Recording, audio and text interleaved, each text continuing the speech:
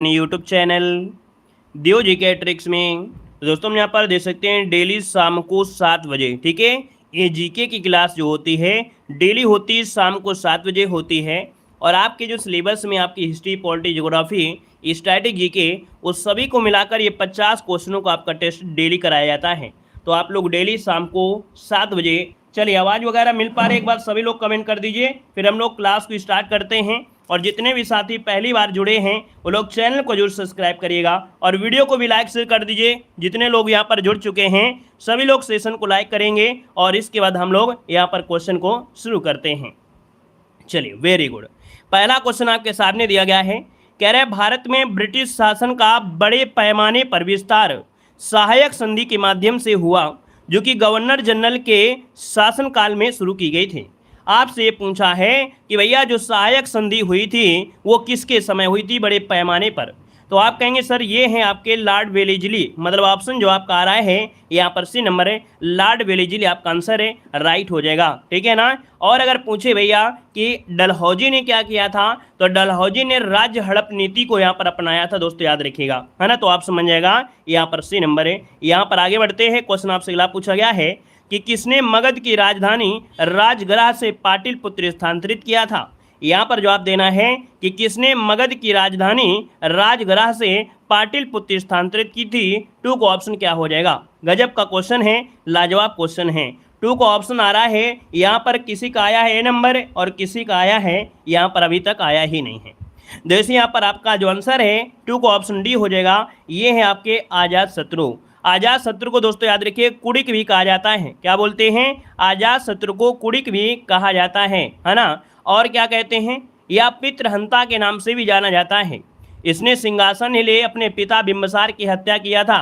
और दोस्तों याद रखिए अजात शत्रु ने अपनी राजधानी राजगृह से पाटलिपुत्र स्थानांतरित की थी। तो ऑप्शन डी नंबर इसका राइट हो जाएगा। हर एक पॉइंट को आप कुल समझते हुए चलेंगे विधिवत तरीके से। और अगले क्वेश्चन को आते हैं। क्वेश्चन आपसे दिया गया है कि 1662 ईस्वी में पुर्तगाल के राजा ने इंग्लैंड के चार्ल्स द्वितीय को कौन सा भारतीय तटीय शहर दहेज के तौर पर उपहार में दिया था। चलिए जवाब दीजिए, इसका आंसर क्या होगा कि 1662 में पुर्तगाल के राजा ने इंग्लैंड के चार्ल्स द्वितीय को कौन सा भारतीय तटीय शहर दहेज के रूप में उपहार में दिया था। यहाँ पर देख सकते हैं 3 का ऑप्शन लगभग सबका जवाब सही आ रहा है और आपका जवाब बिल्कुल सही है। कौन सा, यहाँ पर मुंबई ऑप्शन राइट हो जाएगा। कौन सा, ए नंबर मुंबई, जिसको ऑप्शन आ रहा है बिल्कुल सही जवाब यहाँ पर राइट हो जाएगा। दोस्तों याद रखिएगा, क्योंकि पुर्तगाल के जो राजा थे उन्होंने कैथरीन का विवाह इंग्लैंड के चार्ल्स द्वितीय से यहाँ पर किया था और दहेज के रूप में बम्बई शहर में दे दिया था। चलिए यहाँ पर आगे बढ़ते हैं। क्वेश्चन आपसे अगला पूछा गया है, कह रहा है फर्रुखाबाद में गंगा नदी के किनारे मुगल घाट का निर्माण बादशाह ने करवाया था। तो ये बताइएगा कौन बादशाह थे जिन्होंने गंगा नदी के किनारे मुगल घाट का निर्माण करवाया। क्वेश्चन नंबर 4 को ऑप्शन देना है, अकबर, औरंगजेब, शाहजहां या जहांगीर। आप कहेंगे सर ये है आपके औरंगजेब। औरंगजेब जो कि ऑप्शन है यहाँ पर बी नंबर है, राइट हो जाएगा। अगर पूछे औरंगजेब की बात करें तो 2-3 पॉइंट बनते हैं कि भैया इनका जो कारनामा था बड़ा खतरनाक था, इसलिए इन्हें जिंदा पीर भी कहते हैं। याद रखिए जिंदा पीर भी कहते हैं। दूसरी बात दोस्तों याद रखिए ये आपके दारू, है ना, दारू अर्थात शराब को हाथ तक नहीं लगाते थे, कहा जाता है ऐसा, है ना। और साथ में दोस्तों देखा जाए तो औरंगजेब के समय हिंदू जो आपके इनके दरबार में थे उनकी संख्या भी ज़्यादा थी। कभी कभी क्वेश्चन पूछ लेता है दिल्ली सल्तनत काल में सबसे ज़्यादा हिंदुओं को जो प्राथमिकता दी गई थी किसके समय, तो सबसे ज़्यादा इन्हीं के दरबार में आपके थे। यहाँ पर आगे बढ़ते हैं। क्वेश्चन आपसे दिया गया है, कह रहा है पानीपत का प्रथम युद्ध निम्नलिखित में से किनके मध्य हुआ था। चलिए जवाब देना है, आंसर इनमें से क्या हो जाएगा। गुड इवनिंग भैया, गुड इवनिंग सभी को, गुड इवनिंग। पानीपत का प्रथम युद्ध निम्नलिखित में से किनके मध्य हुआ था। 5 का ऑप्शन देना है।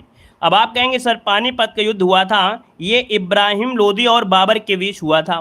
और अगर पूछे कब हुआ था तो आप कहेंगे सर 1526 में हुआ था। लेकिन यहाँ पर एक बात याद आती है क्या, अप्रैल में। कौन सा अप्रैल था, 21 अप्रैल 1526 को ये लड़ा गया था।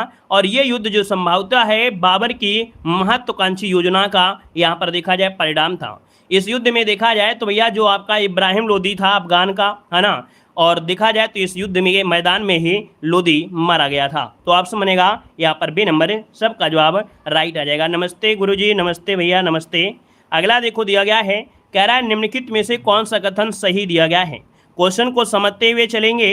कह रहे कौन सा कथन सही दिया गया है, 6 नंबर का ऑप्शन देना है। तो चलिए पहला पॉइंट है कि प्रधानमंत्री केंद्रीय परिषद के मंत्रियों द्वारा राज्य के राज्यपाल की नियुक्ति की जाती है। देखिए पहला पॉइंट गलत दिया है भैया, राज्यपाल की नियुक्ति राष्ट्रपति के द्वारा करते हैं, जो कि देखिए कोई ना कोई ऑप्शन दिख रहा होगा। यहाँ पर देखिए भारत के राष्ट्रपति द्वारा राज्य के राज्यपाल की नियुक्ति की जाती है। तो आपका जो आंसर आया यहाँ पर क्या आया, आपने कहा सर सी नंबर यहाँ पर राइट हो गया है, सी नंबर बन जाएगा। यहाँ पर आगे बढ़ते हैं। क्वेश्चन आपसे दिया गया है कि 1857 के प्रथम स्वतंत्रता संग्राम में भोपाल के किस वीर ने बहादुरीपूर्ण मुख्य संघर्ष पर बलिदान दिया था। दोस्तों यहाँ पर देखिए ऑप्शन जो बनेगा इनमें से क्या होगा, तो यहाँ पर ऑप्शन बनेगा ए नंबर, इनका नाम है फाजिल मोहम्मद खान। क्या नाम है, फाजिल मोहम्मद खान। दोस्तों याद रखिएगा कि मुख्य विद्रोह में भाग लिया और अपने प्राणों की आहुति यहाँ पर दे दिया था, जो कि 1857 की क्रांति में भोपाल की तरफ से यहाँ पर थे। दोस्तों यहाँ पर आगे बढ़ते हैं। क्वेश्चन दिया गया है कि भारत की संसद द्वारा हिंदू विवाह अधिनियम कब लागू किया गया था। क्वेश्चन बताइएगा कि भारत की संसद द्वारा हिंदू विवाह अधिनियम कब लागू किया गया था। हिंदू विवाह अधिनियम, अब आप कहेंगे सर अधिकार अधिनियम था, है ना, हिंदू विवाह अधिनियम, जो कि देखा जाए यहाँ पर क्या हो जाएगा। चलिए बी नंबर बिल्कुल सही है। यहाँ पर देखिए 1955 जैसा ऑप्शन आ रहा है 1955 बिल्कुल सही जवाब यहाँ पर राइट हो जाएगा, याद रखिएगा, ठीक है ना। यहाँ पर दोस्तों आगे बढ़ते हैं। क्वेश्चन आपसे दिया गया है, कह रहा है दिसंबर 1916 में दोनों पक्षों के संयुक्त सत्र में संधि भारतीय राष्ट्रीय कांग्रेस और मुस्लिम लीग के बीच एक समझौता हुआ था। कुल मिला के देखा जाए तो दिसंबर 1916 में एक समझौता हुआ था मुस्लिम लीग और आपके यहाँ पर कांग्रेस, अर्थात जो नरम दल था और गरम दल के बीच में। और ये अधिवेशन हुआ था आपके लखनऊ में। कहाँ हुआ था, लखनऊ में। और लखनऊ में दोस्तों अगर आपसे पूछ लिया जाए कि लखनऊ में जो अध्यक्षता किया था वो किसने किया था, क्या जितने लोग जुड़े हैं क्या ये बता सकते हैं कि लखनऊ में जो आपका अधिवेशन हुआ था उसमें अध्यक्षता जो किया था वो किसने किया था। यहाँ पर आंसर देना है, क्या इसका आंसर राइट हो सकता है साथियों, यहाँ पर जवाब देना है आंसर इनमें से राइट क्या हो जाएगा। चलिए जल्दी से कमेंट करें। अंबिका बिल्कुल सही है। यहाँ पर दोस्तों देख सकते हैं अंबिका मजूमदार थी। दोस्तों याद रखिएगा, अगर आपसे पूछें कि भैया जो गरम दल और नरम दल था ये अलग कब हुआ था, तो भैया अलग हुआ था कब, ये हुआ था 1907 में। और 1907 में हमने बताया था सासे सूरत, है ना, तो सूरत अधिवेशन में ये अलग हुए थे। Very good. अगला क्वेश्चन बताइएगा, कह रहे हैं बंगाल का विभाजन 1905 में ब्रिटिश वायसराय द्वारा किया गया था। देख सकते हैं क्वेश्चन आपको ऐसे ही मॉडल पेपर में देखने को यहाँ पर मिलते भी हैं। तो चलिए जवाब देना है। और भैया जितने लोग यहाँ पर जुड़े हैं एक बार वीडियो को भी लाइक शेयर करेंगे, जितने भी साथी यहाँ पर जुड़ चुके हैं, है ना, और जिन्हें भैया याद नहीं रहा है ना, क्योंकि काफ़ी लोगों को तो याद नहीं रहता है, जैसे ही क्लास में आते हैं कमेंट करते हैं, अच्छी बात है, लेकिन साथ में दोस्तों आपको सपोर्ट भी करना है। लगातार भैया वीडियो को लाइक जरूर करते रहिएगा। पहली बार जुड़े हैं तो जय हिंद लिखकर चैनल को सब्सक्राइब भी करेंगे और सभी लोग यहाँ पर दोस्तों वीडियो को लाइक जरूर कर दीजिएगा, ठीक है। जितने भी साथी यहाँ पर जुड़े हैं, जो लोग भूल गए हैं या नहीं भूले हैं, हमने याद दिला दिया है, अब आपका फर्ज है आप लोग यहाँ पर लाइक शेयर जरूर करिएगा, ठीक है ना। और हमने आपको बताया है कि भैया जो हम आपको जीके पढ़ाए थे स्टार्टिंग में, है ना, तो उसके 5 प्रैक्टिस सेट, इसका मतलब आपके 500 क्वेश्चन, कितने 500 प्रश्न की पीडीएफ जो आपकी है वो आपको कहाँ पर अपलोड की गई है, हमारे ऐप में अपलोड कर दी गई है, ऐप में, है ना, विद डिस्क्राइब। जो स्टार्टिंग में आपके 100 क्वेश्चन सॉल्व करा रहे थे, तो उसके 5 प्रैक्टिस अर्थात 500 क्वेश्चन की पीडीएफ है, ऐप में अपलोड की गई है। देव जीके ट्रिक ऐप है, लिंक दी गई है, उससे आप वहां पर जुड़ेंगे तो 500 क्वेश्चन करंट अफेयर की भी हैं, 100 क्वेश्चन आपके उत्तर प्रदेश करंट अफेयर के हैं, 500 क्वेश्चन आपके जीके के हैं, है ना। मॉडल पेपर लगभग 6 आपके मॉडल पेपर आपके हैं, साथ में स्पेशल डोज भी आपका वहां पर है, 5 से 6 आपके हैं, स्पेशल स्टैटिक जीके की थ्योरी भी है। तो आप लोग ऐप को डाउनलोड कर लीजिएगा, फ्री स्टडी मटेरियल वाले ऑप्शन में जाइएगा, फ्री कोर्स में, और फ्री कोर्स में उसको आराम से यहाँ पर पढ़ सकते हैं। और लगातार हमारा प्रयास रहेगा कि हम डेली का डेली कुछ ना कुछ अपडेट करते रहेंगे, उसमें कुछ ना कुछ पीडीएफ है डेली हम आपको डालते रहेंगे, तो उस पीडीएफ को आप लोग ऐप के माध्यम से डाउनलोड कर सकते हैं, वो भी फ्री है, कोई चार्ज आपका नहीं है, याद रखिएगा, ठीक है ना। चलिए यहाँ पर देखें, कह रहे बंगाल का विभाजन 1905 में ब्रिटिश वायसराय द्वारा किया गया था। अब आप कहेंगे सर यहाँ पर देखा जाए तो ऑप्शन जो आपका आ गया है बी नंबर है, यहाँ पर करजन, करजन जो ऑप्शन आया है बी नंबर करजन, आपका जवाब यहाँ पर राइट हो जाएगा दोस्तों, याद रखिएगा, ठीक है ना। यहाँ पर आगे बढ़ते हैं, क्वेश्चन आपसे दिया गया है, कह रहा है अफ्रीका महाद्वीप का सबसे अधिक आबादी वाला देश निम्नलिखित में से कौन सा है। चलिए यहाँ पर जवाब देना है कि अफ्रीका महाद्वीप का सबसे अधिक आबादी वाला देश निम्नलिखित में से कौन सा है। आप कहेंगे सर अफ्रीका में देखा जाए तो ये है आपका कौन, नाइजीरिया है या अल्जीरिया है। चलिए तो यहाँ पर आप कहेंगे सर नाइजीरिया दिया गया है ना, यहाँ पर जो ऑप्शन दिया है नाइजीरिया, तो हमने ऑप्शन को लगा दिया बी नंबर। नाइजीरिया आपका यहाँ पर जो ऑप्शन है वो आपका राइट हो जाएगा। और क्षेत्रफल की दृष्टि से अफ्रीका में जो अल्जीरिया है वो सबसे बड़ा देश है। क्षेत्रफल के हिसाब से जो अल्जीरिया है वो सबसे बड़ा देश है दोस्तों, याद रखिएगा। ठीक है, यहाँ पर आगे बढ़ते हैं। क्वेश्चन आपसे दिया गया है, कह रहा है उत्तरी अमेरिका के निम्नलिखित देशों में से कौन से देश में वन भूमि का क्षेत्र उसके कुल भूमि क्षेत्र के प्रतिशत के रूप में उत्तरी अमेरिका में सबसे अधिक है। अब देखिए यहाँ पर समझिएगा कि भैया उत्तरी अमेरिका में कह रहा है, तो उत्तरी अमेरिका में जो आपका कनाडा है ना। अब आप देख सकते हैं जो कनाडा है, कनाडा देश में वन भूमि का जो क्षेत्र है उसके कुल भूमि क्षेत्र के प्रतिशत के रूप में सर्वाधिक है। तो ऑप्शन जिसका आएगा बी नंबर है, यहाँ पर राइट हो जाएगा साथियों, है ना। क्लियर है। चलिए भैया क्लास में सभी लोग पढ़िए, है ना, सबके लिए होते हैं। हमने बताया है कि हमारी क्लास में डांट जरूर देते हैं, ऐसा नहीं कि हमारे अंदर दिल नहीं है।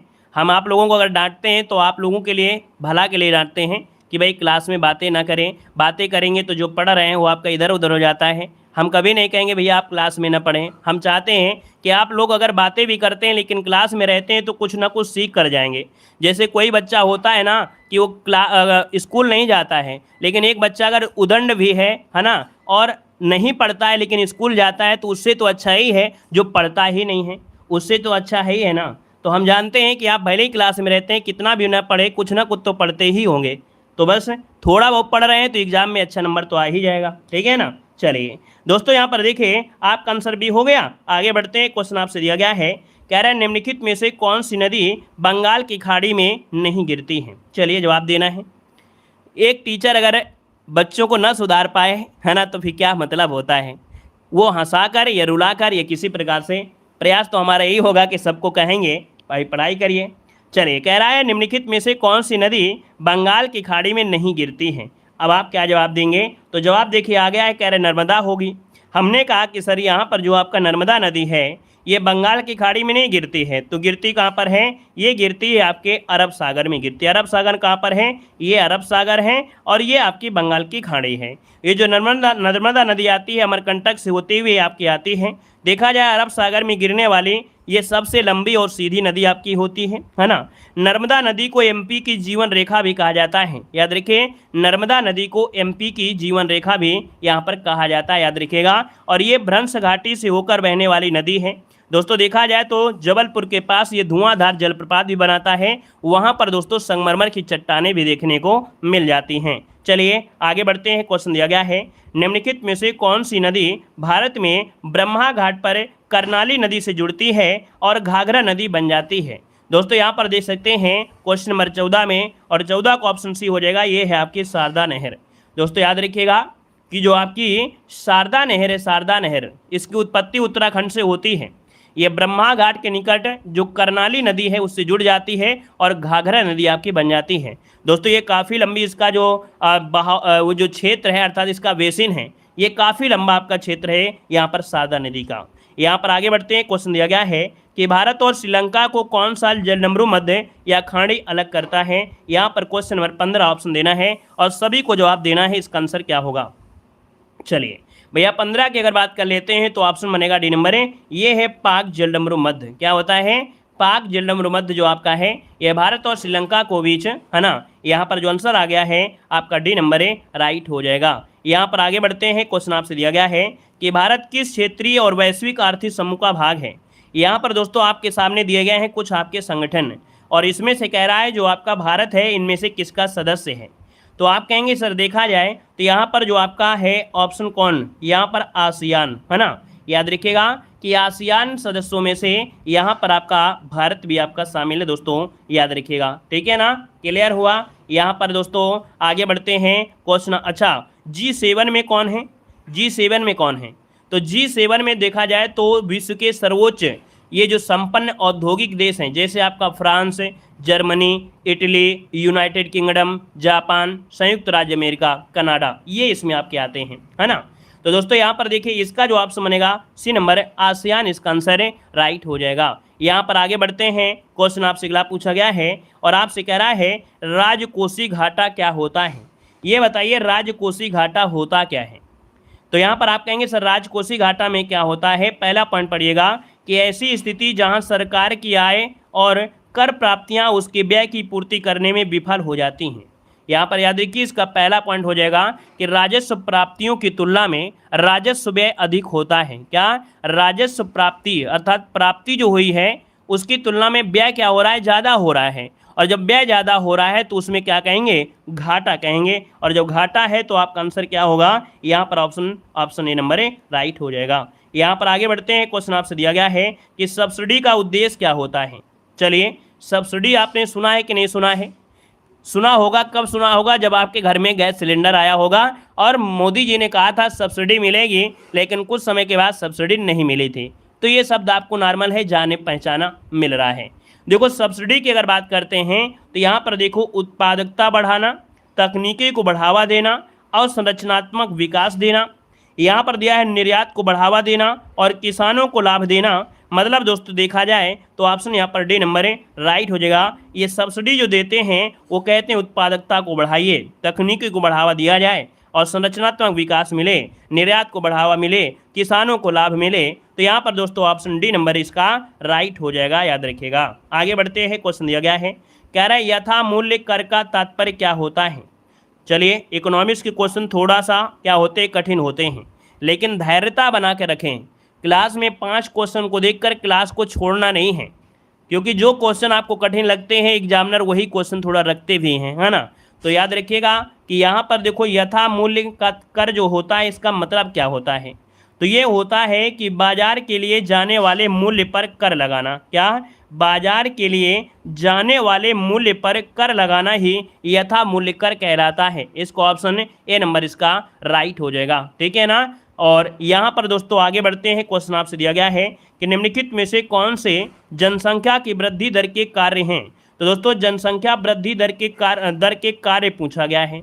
अब आप यहाँ पर कहेंगे कि जनसंख्या वृद्धि दर के कार्य कह रहा है तो केवल प्रजनन और प्रवासन।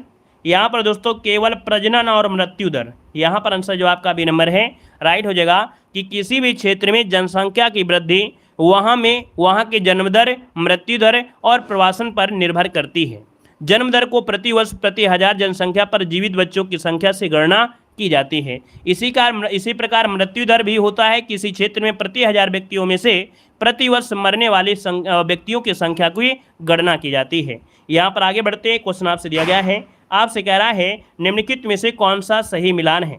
अब भैया अगर इस क्वेश्चन को आपने जवाब दे दिया तो समझेंगे कि जो आपको स्वतंत्रता मिली हुई है उसके बारे में आप लोग अच्छी तरीके से जानते हैं। कह रहा है सही मिलान इनमें से कौन सा है, यहाँ पर 21 को ऑप्शन देना है। तो दोस्तों आप देखिए पहला कह रहा है अनुच्छेद 19, है ना। क्या कह रहा है, अनुच्छेद 19 में संघ बनाने का अधिकार। अनुच्छेद 19 में दिया गया है यहाँ पर किसी पेशे का अभ्यास करने का अधिकार। अनुच्छेद 19 में भाषण और अभिव्यक्ति की स्वतंत्रता का अधिकार। और अनुच्छेद 19 यहाँ पर दिया गया है शांतिपूर्वक हथियारों के बिना इकट्ठा होने का अधिकार। अब आप कहेंगे सर जी यहाँ पर 19 तो सभी हैं, लेकिन यहाँ पर गड़बड़ी है, सही केवल है ऑप्शन सी वाला। अनुच्छेद 19 में जो आपका है वो भाषण और अभिव्यक्ति की स्वतंत्रता का अधिकार आप सभी को मिला है। तो यहाँ पर जो ऑप्शन बनेगा वो राइट आंसर है, यहाँ पर सी वाला बिल्कुल सही जवाब है, यहाँ पर हो जाएगा साथियों, ठीक है ना। क्लियर है, आगे बढ़िए। क्वेश्चन आपसे दिया गया है कि इनमें से कौन सा गलत दिया गया है, यहाँ पर जो आप देना है कौन सा गलत दिया गया है। तो चलिए हम लोग देख लेते हैं, है ना। देखिए क्वेश्चन को देखकर घबराया मत करिएगा, ये समझिएगा जितना क्वेश्चन बड़ा दिख रहा होगा उसका आंसर उतना ही आसान होगा। देखिए 22 नंबर में कह रहा है क्या, कह रहा है कौन सा गलत है। कह रहा राज्यपाल राष्ट्रपति द्वारा नियुक्त किया जाता है, पहला पॉइंट सही है। राष्ट्रपति के प्रसाद पर्यंत राज्यपाल का कार्यकाल होता है, बिल्कुल सही दिया गया है। राज्यपाल राष्ट्रपति को अपना त्यागपत्र सौंपता है, बिल्कुल सही दिया गया है। 30 वर्ष के आयु व्यक्ति राज्यपाल बन सकता है, नहीं। याद रखिए राज्यपाल बनने के लिए आपको 35 वर्ष की उम्र होना आवश्यक है, याद रखिएगा। यदि आप राष्ट्रपति बनते हैं, उपराष्ट्रपति बनते हैं या राज्यपाल बनते हैं तो आप 35 वर्ष के होंगे, तभी आप इस पद पर जा सकते हैं दोस्तों, याद रखिएगा, है ना। क्लियर है, यहाँ पर आगे बढ़ते हैं। क्वेश्चन आपसे दिया गया है, कह रहा है भारत के केंद्रीय रेल मंत्री को सलाह पर नियुक्त किया जाता है। दोस्तों आपको जवाब देना है, यहाँ पर आंसर इनमें से राइट क्या हो जाएगा। दोस्तों यहाँ पर जितने भी साथी जुड़े हैं सेशन को लाइक शेयर करते हुए चलेंगे, है ना। जितने भी साथी यहाँ पर आ चुके हैं और यहाँ पर याद नहीं है किसी को, है ना, तो भैया एक बार सभी लोग वीडियो को लाइक जरूर करिएगा, ठीक है ना। यहाँ पर जवाब भी दीजिएगा कि भारत के केंद्रीय रेल मंत्री को किसकी सलाह पर नियुक्त किया जाता है। आप कहेंगे सर यहाँ पर ऑप्शन को लॉक कर दीजिए, ए नंबर कि प्रधानमंत्री राष्ट्रपति, अर्थात ये कह सकते हैं कि भारत के केंद्रीय मंत्री को प्रधानमंत्री की सलाह पर, क्या, प्रधानमंत्री की सलाह पर राष्ट्रपति द्वारा नियुक्त किया जाता है। याद रखिए इसको ऑप्शन बनेगा यहाँ पर आपका ए नंबर राइट हो जाएगा। यहाँ पर आगे बढ़ते हैं, क्वेश्चन आपसे दिया गया है, कह रहा है निम्न में से कह रहा है कौन सा सही है। चलिए भैया राधे राधे राधे राधे। कह रहे हैं निम्न में से कौन सा सही है। देखने में तो बड़ा लग रहा है लेकिन बहुत ही आसान होगा, बस पूरे ऑप्शन देखिए। कह रहा है जाकिर हुसैन भारत के पहले मुस्लिम राष्ट्रपति थे, और सही पूछा है और हमका पहला आंसर बिल्कुल राइट हो गया है। यही इसका पहला ही आंसर बिल्कुल राइट है, अदर तो आपका गलत है, क्योंकि यहाँ पर मालूम है कि जाकिर हुसैन भारत के पहले मुस्लिम राष्ट्रपति थे, तो हमने ऑप्शन ए को देखा और हमने यहाँ पर ध्यान नहीं देना है। चलिए यहाँ पर अगर दो होंगे भी सही तो भैया फिर आपको एक नंबर तो मिलना है, वो हाई कोर्ट जाकर मिलेगा। यहाँ पर आगे बढ़िए, क्वेश्चन दिया गया है, कह रहा है भारत के संविधान का निम्नलिखित में से कौन सा भाग नागरिकता से संबंधित है। अब आप ये बताइए कि आपसे पूछा है नागरिकता और नागरिकता दे दिया है, तो आप कहेंगे सर नागरिकता देखा जाए तो आपके आर्टिकल नंबर 5 से लेकर कितने, आर्टिकल नंबर 5 से लेकर 11 तक आपकी नागरिकता है। हमने आपको पॉलिटी पढ़ाया है, और पॉलिटी पढ़ाया है तो आपको मालूम है कि हर एक क्वेश्चन आप लोग सॉल्व कर सकते हैं, चाहे कैसा भी क्वेश्चन आपका हो। और ये मिलता है भाग 2 में, ऑप्शन बनेगा बी नंबर है। भाग 2 में जो है वो 5 से 11 तक संबंध है आपकी नागरिकता से हैं। अगर आपसे पूछे कि भैया भारत में जो नागरिकता है वो आपकी कैसी है, तो भारत में नागरिकता कैसी है, एकल नागरिकता है। कैसी है, एकल नागरिकता है। अगर पूछे एकल नागरिकता ली कहाँ से गई है, तो आपके ब्रिटेन से ली गई है, एकल नागरिकता ब्रिटेन से ली गई है। और दोस्तों यहाँ पर दोहरी नागरिकता जो आपके पहले जम्मू कश्मीर था, तो भैया दोहरी नागरिकता, तो दोहरी नागरिकता याद रखिए ये आपके कहाँ से ली गई है, तो दोहरी नागरिकता आपके कहाँ से है, अमेरिका से है। लेकिन अब आपके भारत में दोहरी नागरिकता खत्म हो गई है जब से आर्टिकल नंबर 370 अर्थात जम्मू कश्मीर वाला ये खत्म हुआ है। क्लियर हुआ हर एक पॉइंट, आगे बढ़िएगा।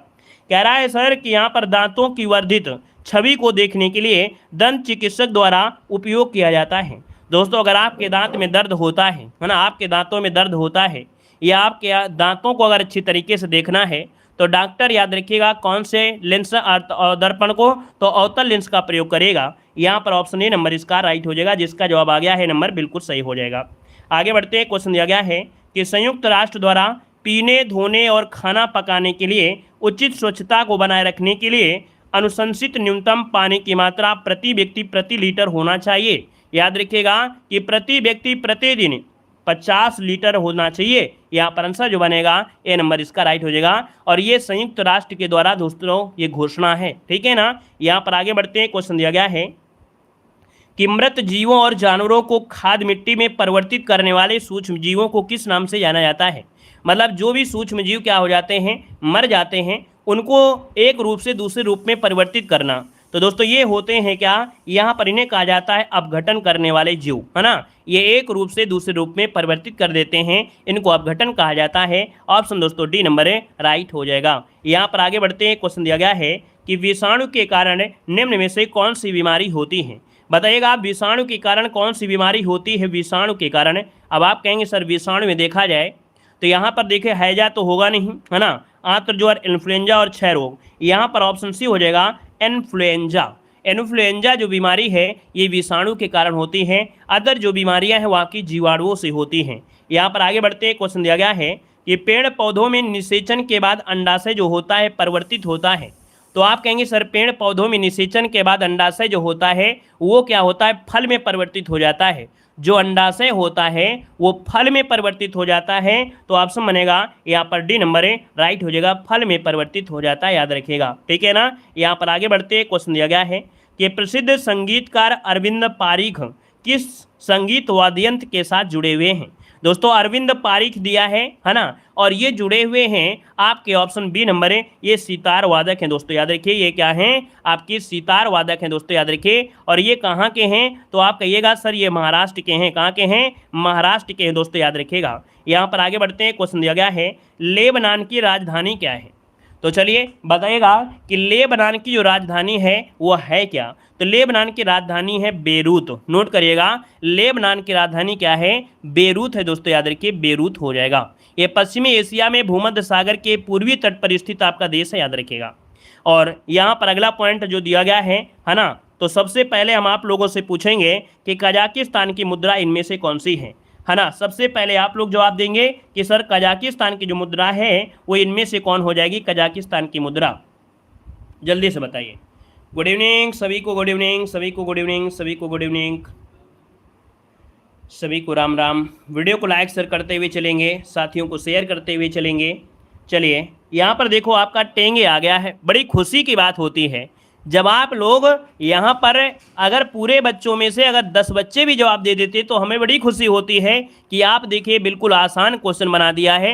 देखा जाए तो इतना आसान नहीं था, लेकिन आप लोगों को हमने कई बार पढ़ाया है और आपने जवाब बिल्कुल सही दिया है। यहाँ पर दोस्तों टेंगे जवाब सुनाया है, बिल्कुल सही जवाब आपका राइट हो जाएगा। Very good. चलिए यहाँ पर आगे बढ़ते हैं। क्वेश्चन दिया गया है, कह रहा आपसे फ्रैंक हिटलर द्वारा निम्न में से किसका आविष्कार किया गया था।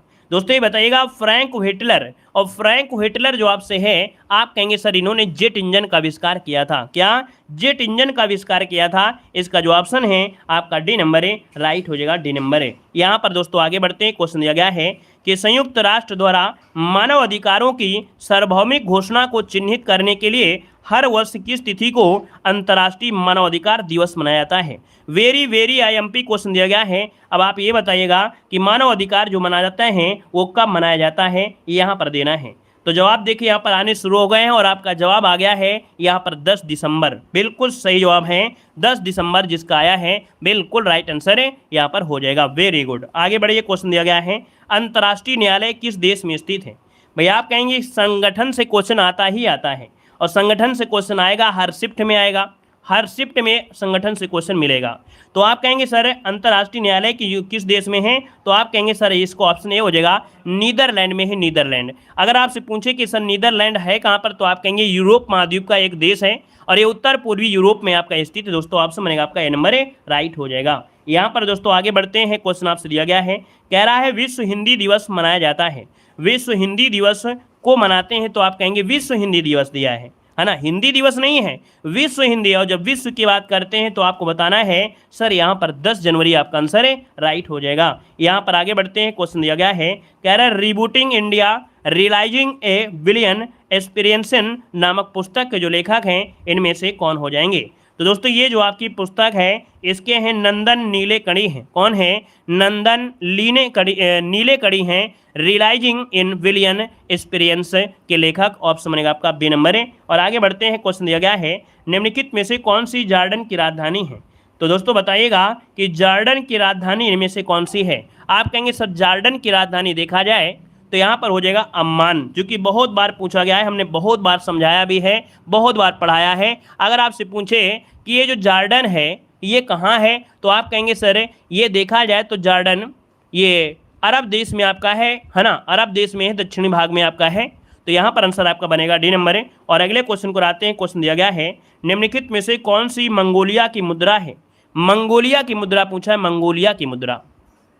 दोस्तों मंगोलिया की मुद्रा यहाँ पर देखिए मंगोलिया की मुद्रा है, बी नंबर है। यहाँ पर क्या तो हो जाएगा, क्या हो जाएगा, मंगोलिया की मुद्रा पूछा गया है, ठीक है ना। याद रखिएगा कह रहा है मंगोलिया की मुद्रा क्या है। चलिए क्या तो होगा, नहीं भैया क्या तो नहीं होगा, है ना, क्या तो नहीं होगा, क्योंकि यहाँ पर ऑप्शन गड़बड़ हो गया है। सी ऊपर लिखा है, बी नीचे लिखा है, तो गड़बड़ यहीं से हो गया है। देखिए आपका तोग रोग हो जाएगा, क्या हो जाएगा, तोग रोग जो आपका दिया है तोग रोग, ये इसकी क्या है, मुद्रा है दोस्तों, याद रखिएगा। तो ऑप्शन क्या लगाएंगे, यहाँ पर तोग रोग लगाएंगे कि मंगोलिया की मुद्रा है, तोग रोग इसका आंसर है, राइट हो जाएगा। या आप ये कह सकते हैं मंगोलियन तुर्की, क्या बोल सकते हैं, मंगोलिया की मुद्रा बोल सकते हैं, मंगोलियन तुर्की बोल सकते हैं, मंगोलियन तुर्की बोल सकते हैं, याद रखिएगा। यहाँ पर आगे बढ़ते हैं। क्वेश्चन दिया गया है निम्नलिखित में से कौन सी प्रथम महिला वकील हैं जो सीधे वकील संघ से सर्वोच्च न्यायालय की न्यायाधीश बन गई। देखिए कितना अच्छा क्वेश्चन है ये दोस्तों। यहाँ पर देखिए भारत की प्रथम महिला वकील हैं और ये सीधे वकील संघ से देखा जाए तो सर्वोच्च न्यायालय की न्यायाधीश बन गई हैं। तो दोस्तों यहाँ पर देखिए ऑप्शन बनेगा यहाँ पर दोस्तों ऑप्शन बी हो जाएगा, ये है आपकी इंदु मल्होत्रा। ठीक है, इंदु मल्होत्रा एक भारतीय न्यायाधीश और वर्तमान भारत में देखा जाए कि भारत में उच्च न्यायालय की संख्या 25 है ना। और दोस्तों यहाँ पर देखा जाए इन्होंने जो शपथ ग्रहण किया था वो 2018 में शपथ ग्रहण किया था, है ना। तो यहाँ पर आंसर आपका बी नंबर है, राइट हो जाएगा। आगे बढ़ते हैं, क्वेश्चन आपसे दिया गया है कि उत्तरी ध्रुव पर पहुंचने वाला प्रथम मानव कौन सा है। ये जीके की क्लास अगर आप डेली देखते हैं तो यकीनन है कि इतने बेहतर क्वेश्चन हम लेके आते हैं, हर एक टॉपिक को, हर एक क्षेत्र को कवर करते हैं, जो कि आपके एग्जाम में क्वेश्चन आपको सेम टू सेम देखने को यहाँ पर मिल सकते हैं। ठीक है ना। नमस्ते भाई, नमस्ते। यहाँ पर देखो दिया गया है उत्तरी ध्रुव पर पहुंचने वाला प्रथम मानव इनमें से कौन था। तो दोस्तों यहाँ पर 42 जैसे ही ऑप्शन आया है, सी नंबर है रॉबर्ट पेरी। क्या हो जाएगा, रॉबर्ट पेरी उत्तरी ध्रुव को खोजने वाले ये पहले अमेरिकी आपके अन्वेषक थे दोस्तों, याद रखिएगा, है ना। और 1909 में इन्होंने कुछ साथियों के साथ यहाँ पर उत्तरी ध्रुव पर पहुंचे थे। तो ऑप्शन बनेगा यहाँ पर जवाब हो जाएगा रॉबर्ट पेरी हो जाएगा। यहाँ पर दोस्तों आगे बढ़ते हैं, क्वेश्चन आपसे दिया गया है कि भारत की सबसे बड़ी सुरंग आपकी जो है जवाहर सुरंग वो आपकी है कहाँ पर। तो बताइएगा जवाहर सुरंग जो आपको मिलेगी कहाँ पर मिलेगी। तो भैया कश्मीर में स्थित एक सड़क सुरंग है, बनिहाल सुरंग के नाम से भी जानी जाती है। सुरंग जो आपके श्रीनगर से जम्मू कश्मीर होते हुए पूरे वर्ष के दौरान ये सड़क यातायात की सुविधा के लिए जानी जाती है। तो जम्मू कश्मीर आपका ऑप्शन राइट हो जाएगा। यहाँ पर आगे बढ़ते हैं, क्वेश्चन आपसे दिया गया है, कह रहे चंडीगढ़ के रॉक गार्डन के सृजनकर्ता कौन है। दोस्तों हमने आपको मॉडल पेपर में बहुत बार पढ़ाया है, कई बार पढ़ाया है, और थ्योरी में भी पढ़ाया है, इसको थ्योरी के माध्यम से पढ़ाया है कि भैया चंडीगढ़ का जो रॉक गार्डन है इसको बनाने वाला जो आपका है ना, सृजनकर्ता आपका है, डिजाइन वाला है, वो कौन है। तो आप कहेंगे एक शिल्पकार थे, और ये शिल्पकार कौन है, नेकचंद है। कौन है, नेकचंद। आप बताइएगा, ऑप्शन बनेगा ए नंबर हो जाएगा, नेकचंद हो जाएगा। और यह सुखना झील के निकट भी है, यह सुखना झील के निकट आपकी है। अगले क्वेश्चन को आते हैं, क्वेश्चन दिया गया है कि भारतीय राष्ट्रीय गान के पूर्व रूपांतरण को बजाने में कितना समय लगता है। यहाँ पर दोस्तों बताइएगा कि आप कहेंगे सर ये देखा जाए तो बिल्कुल इजी है, आप जानते हैं कि यहाँ पर 52 सेकंड का समय लगता है। लेकिन आपको इतना आसान क्वेश्चन नहीं आपको पढ़ना है, आपको ये पढ़ना है कि इसकी रचना किसने की थी। तो आप कहेंगे सर रविन्द्रनाथ टैगोर ने किया था। अगर पूछे जनगण मन के रूप में ये गीत जो पहली बार लिखा गया था, है ना, ये 11 दिसंबर 1911 को लिखा गया था। और सर्वप्रथम भारतीय राष्ट्रीय कांग्रेस के कलकत्ता अधिवेशन में 28 दिसंबर को, ठीक है, लिखा गया था। 11 दिसंबर 1911 को याद रखिएगा कि लिखा गया था, 11 दिसंबर 1911 को लिखा 1911 को लिखा गया था, 11 दिसंबर 1911 को लिखा गया था, लेकिन गाया गया था ये 28 दिसंबर 1911 को कलकत्ता अधिवेशन में। ठीक है, यहाँ पर आगे बढ़ते हैं, क्वेश्चन दिया गया है सियाचिन हिमनद जो स्थित है वो आपकी किस श्रेणी में है। सियाचिन हिमनद पूछा गया है। अब आप कहेंगे सियाचिन ग्लेशियर ये हिमालय के पूर्वी भाग में काराकोरम रेंज में लगभग आपका स्थित है।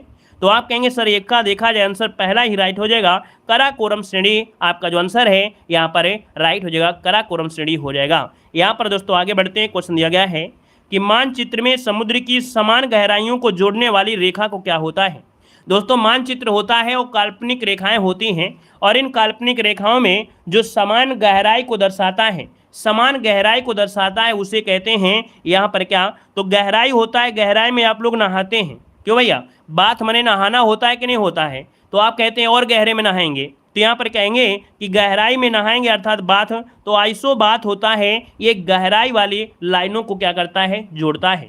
अगर आपसे पूछे कि समान वर्षा, क्या पूछे, अगर पूछे समान वर्षा वाले क्या कहते हैं, समान अगर वर्षा वाला स्थान है, समान वर्षा वाला वो क्या होता है, तो आप कहेंगे आइसो हाइट। ठीक है, आइसो हाइट होती है, याद रखिएगा। ठीक है, यहाँ पर आगे बढ़िए, क्वेश्चन आपसे अगला पूछा गया है, यहाँ पर दिया है निम्नलिखित में से किस विकल्प में सभी शहर कुंभ मेले से संबंधित है। आप कहेंगे सर सभी शहर कुंभ मेले में, और कुंभ मेला में जो जाए और नहाए ना तो बिल्कुल बेकार है। हम कहेंगे कि सर हम कुंभ मेले में जाएंगे और नहाऊंगा, तो दोस्तों यहाँ पर क्या करेंगे, ट्रिक में पढ़ेंगे नहाऊं, है ना, NAHU अर्थात नासिक, और इसके बाद इलाहाबाद, हरिद्वार और उज्जैन, ये ऑप्शन हो जाएगा, ट्रिक से आप पढ़ सकते हैं। तो दोस्तों यहाँ पर देखिए ऑप्शन क्या हो गया है, यहाँ पर ऑप्शन आ गया है हरिद्वार, प्रयाग, उज्जैन और नासिक, आपका आंसर है राइट हो जाएगा। यहाँ पर दोस्तों आगे बढ़ते हैं, क्वेश्चन दिया गया है कि जापान की संसद कहलाती है, जापान की संसद कहलाती है। दोस्तों आपको बताना है जापान की संसद है। अब आप कहेंगे सर जापान की जो संसद है वो आपकी है क्या, बताइएगा कि जापान की संसद क्या कहलाती है। जितने भी साथी जुड़े हैं सभी लोग यहाँ पर जवाब देंगे। आप कहेंगे सर यहाँ पर जो ऑप्शन आ गया है सी, जो डाइट है, डाइट जो आपकी है डाइट, ये है वहाँ की क्या द्विसदनी विधान पालिका है। तो इसका जो ऑप्शन है यहाँ पर डाइट हो जाएगा, याद रखिएगा। यहाँ पर आगे बढ़ते हैं, क्वेश्चन दिया गया है निम्नलिखित में से कौन सा देश राष्ट्र संघ का सदस्य नहीं बना है। बताइएगा कि निम्नलिखित में से कौन सा देश राष्ट्र संघ का सदस्य नहीं बना।